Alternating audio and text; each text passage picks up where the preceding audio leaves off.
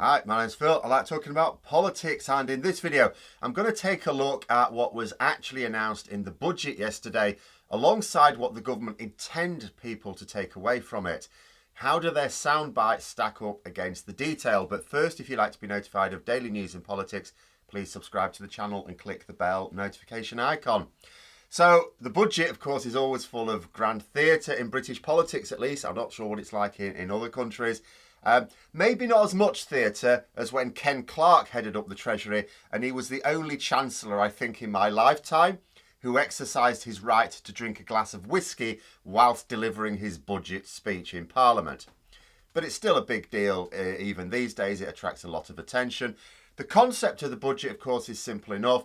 The Chancellor sets out general spending aims as well as taxation changes. You know, from a lot of people's point of view, the tax cuts are a good thing and the spending increases are also a good thing.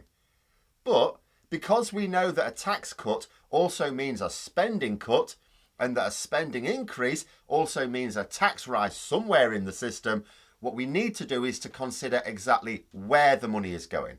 Any notion that they're just bringing taxes down and raising spending is an absolute nonsense. The two have to match. Rachel Reeves, Labour's shadow chancellor, who won a lot of praise for her dismantling of the budget yesterday, suggested that it is benefiting those who drink champagne and like to take regular short-haul flights. You know, does that sound like the sort of thing that's benefiting ordinary people? Like, don't get me wrong, I don't mind in theory them making luxuries cheaper if it isn't coming at the cost of essentials, but it is. Like I say, the situation for government spending is really simple. They need to pay for public services. Unfortunately, with the Conservative government, they also want to bung a load of money to their mates and donors as well.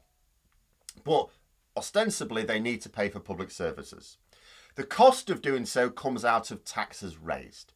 So every tax you reduce corresponds to a reduction in public spending that could have been. So does a cut in the tax on champagne really sound good if it means less money for public services? All of a sudden, I would argue that the vast majority of the population would go, no, it doesn't really sound like a good deal at all. It's where the tax reductions go that matter. Not many people drink champagne, but we all need heating and electricity. If we're making champagne cheaper, but gas and electricity is becoming more expensive, how is this a budget that benefits the general public? You'll notice there was some talk before the budget that the Chancellor might reduce the VAT on the cost of gas. Gas has been going up recently because of global shortages this time. But of course, the reason we're knackered by it is leaving the single market. But never mind that. The point is he was going to reduce VAT on it, which he'd now be allowed to do. Brexit benefit. We can monkey about with our VAT more easily now. But he didn't. But even if he had, the cost of gas overall is still increased because of leaving the single market. In conjunction, of course, with the shortages. But he didn't choose to reduce it. So he could have taken the sting off the rise in gas and didn't. But he did reduce the cost of champagne.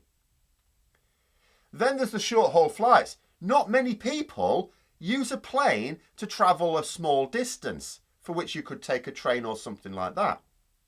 So not many people take regular short-haul flights. But we all need a decent income and access to food.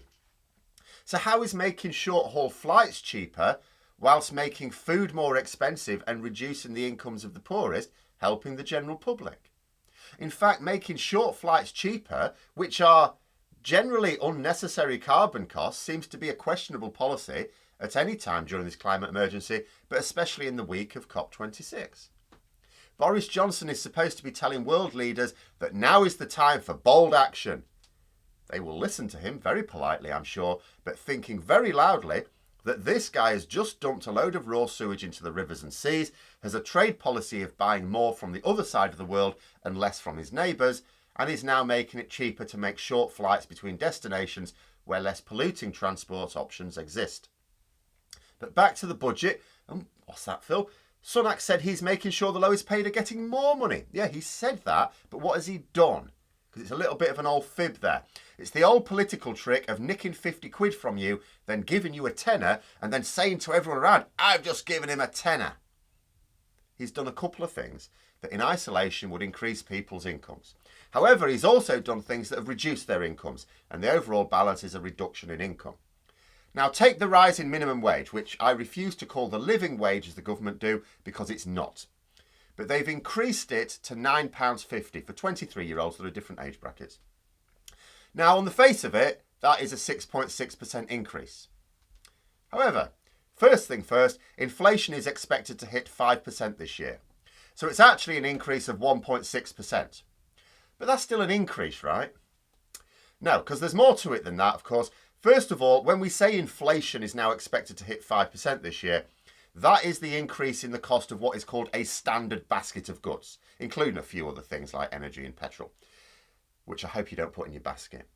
But if young people buy more of the things that have increased in cost, then their personal inflation is higher. Excuse me. They might, for example, need more petrol to travel further distances to work than older people. That would put their personal inflation higher. Basically, you look at what is driving the cost of living. So what is driving inflation in the UK right now? The big things: petrol, energy, rent, food.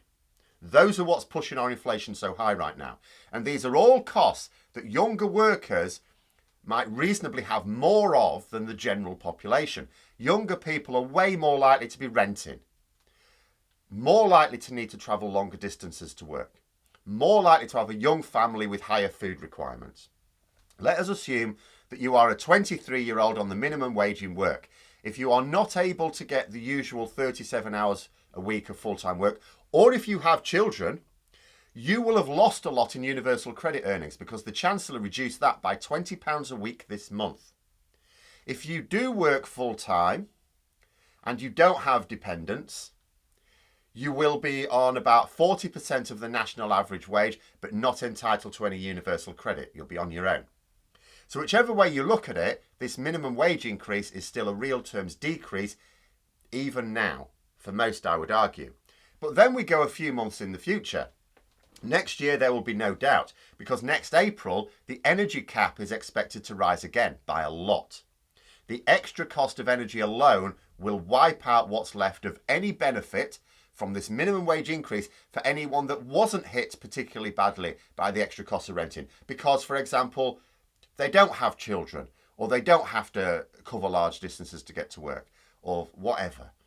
You know, when you take into account ways in which their income has been reduced, not just the increased cost of living, then this so-called increase in minimum wage still puts people in a worse position than a year ago in real terms. That's the bottom line. In real terms, they can afford less, even with this rise.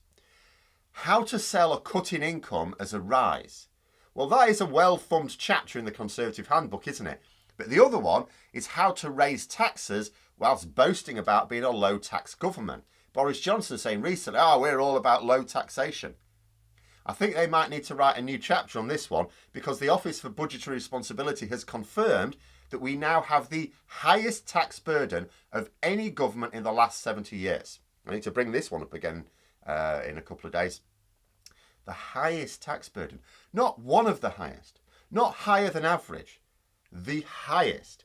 And the government just over 70 years ago that introduced a higher tax burden was the one that was clearing up the mess left after the Second World War, when our economy predictably tanked, and was installing the NHS.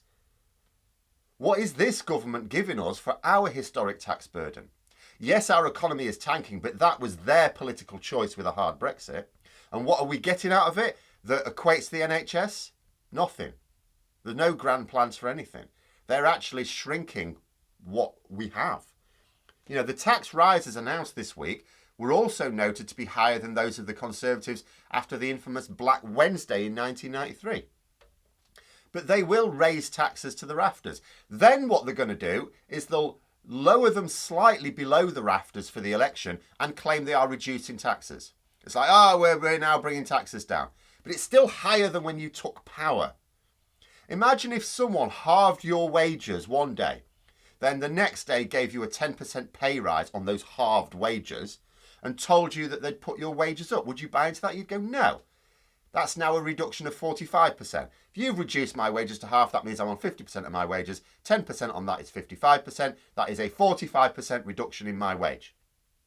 So why do people buy this when the Chancellor does it? Because you always have to consider, with a budget, what will it leave you with? This is a budget that leaves tens of millions of people with less income and higher costs. Caroline Lucas of the Green Party noted that the Chancellor didn't mention the climate even once during his speech. Because the other thing to note is that a budget is also an indication of the priorities for a government. A government prioritising the climate emergency would have plenty of action to back up their words. Nothing in this budget for that. There are examples of how current government policy and this latest budget make our carbon contributions higher. Not a word on how they're going to reduce it. There's also been talk of dealing with our social care crisis. But what was in the actual budget? What's the action? Did the budget include more funding for social care? No, not a single penny. We have a promise that they will spend more in a few years' time. But in a few years' time, they expected to have had another election. So they're not even promising to spend more in this Parliament. But actions speak louder than words. We have no increased spending for social care in this budget. Therefore, ignore any rhetoric about their social care plan. There isn't one if it's not included in the budget. Because that is how the government do anything. It's through the budget. Same all the way through this budget. There's a lot of talk about what this budget does or doesn't do for people or society, but follow the money. If there's no spending on climate change, then there's no action on it. If there's no spending on social care, there's no action on that either. Where's the action? They're making it cheaper for you to fly around on planes and drink champagne. Nice one. But those are my thoughts. Let me know yours in the comments below. Hope you found the video interesting. If you did, don't forget to click the like button. If you'd like to support the channel further, please also click the Patreon link for details. And until next time, I'll see you later.